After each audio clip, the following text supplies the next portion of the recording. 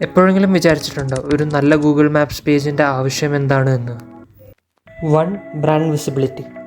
നിങ്ങളൊരു നല്ല Google Maps page maintain ചെയ്യുന്നതോടുകൂടി ഗൂഗിൾ മാപ്സ് നിങ്ങളുടെ ഷോപ്പിൻ്റെ പേര് കൂടുതൽ പുഷ് ചെയ്യും. അതിനാൽ കൂടുതൽ കസ്റ്റമേഴ്സിനെ നിങ്ങളുടെ ഷോപ്പിലേക്ക് എത്തിക്കാൻ നിങ്ങൾക്ക് പറ്റും. 2. Free marketing.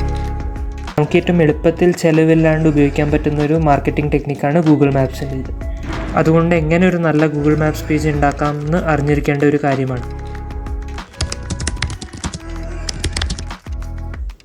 ഒരു നല്ല ഗൂഗിൾ മാപ്സ് പേജ് എന്ന് വെച്ചാൽ എന്താണ്? അഥവാ ഒരു നല്ല ഗൂഗിൾ മാപ്സ് പേജ് എങ്ങനെ മെയിൻറ്റെയിൻ ചെയ്യാം? ഒരു നല്ല ഗൂഗിൾ മാപ്സ് പേജ് കൊണ്ട് ഉദ്ദേശിക്കുന്നത് എന്താണെന്ന് വെച്ചാൽ നിങ്ങളുടെ കസ്റ്റമർ റിവ്യൂസ് കൂട്ടുന്നതിനോടൊപ്പം maximum positive reviews attract ചെയ്യുന്നതുമാണ്.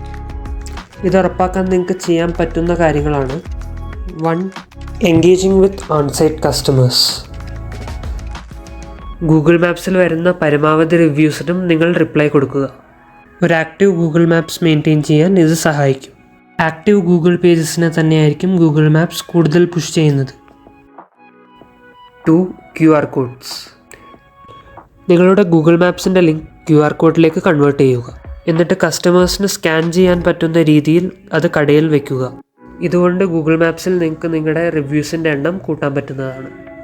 3. Precise informations. Google മാപ്സിൽ കൊടുത്തിരിക്കുന്ന ഇൻഫർമേഷൻസിൽ എന്തെങ്കിലും തെറ്റുണ്ടെന്നുണ്ടെങ്കിൽ അല്ലെങ്കിൽ ചില പ്രധാനമായ ഇൻഫർമേഷൻസ് കൊടുത്തിട്ടില്ല എന്നുണ്ടെങ്കിൽ കസ്റ്റമേഴ്സിന് നിങ്ങളുടെ ഷോപ്പിൻ്റെ പേര് ആദ്യം കാണില്ല. അതുകൊണ്ട് നിങ്ങളുടെ കടയുടെ പേര്, ഫോൺ നമ്പർ എന്നിവ ഇൻഫർമേഷൻസ് എല്ലാം കറക്റ്റായിട്ട് ഗൂഗിൾ മാപ്സിൽ അപ്ഡേറ്റ് ചെയ്യുക. ഇതാണ് ഗൂഗിൾ മാപ്സിൽ റീച്ച് കൂട്ടാൻ ചെയ്യാൻ പറ്റുന്ന ചില കാര്യങ്ങൾ. ഇത്തരം ഗൂഗിൾ മാപ്സിനെ കുറിച്ചുള്ള സംശയങ്ങൾ തികച്ചും ഫ്രീ ആയിട്ട് തീർക്കാനായി താഴെ കാണുന്ന ഫോൺ നമ്പറിൽ ബന്ധപ്പെടുക.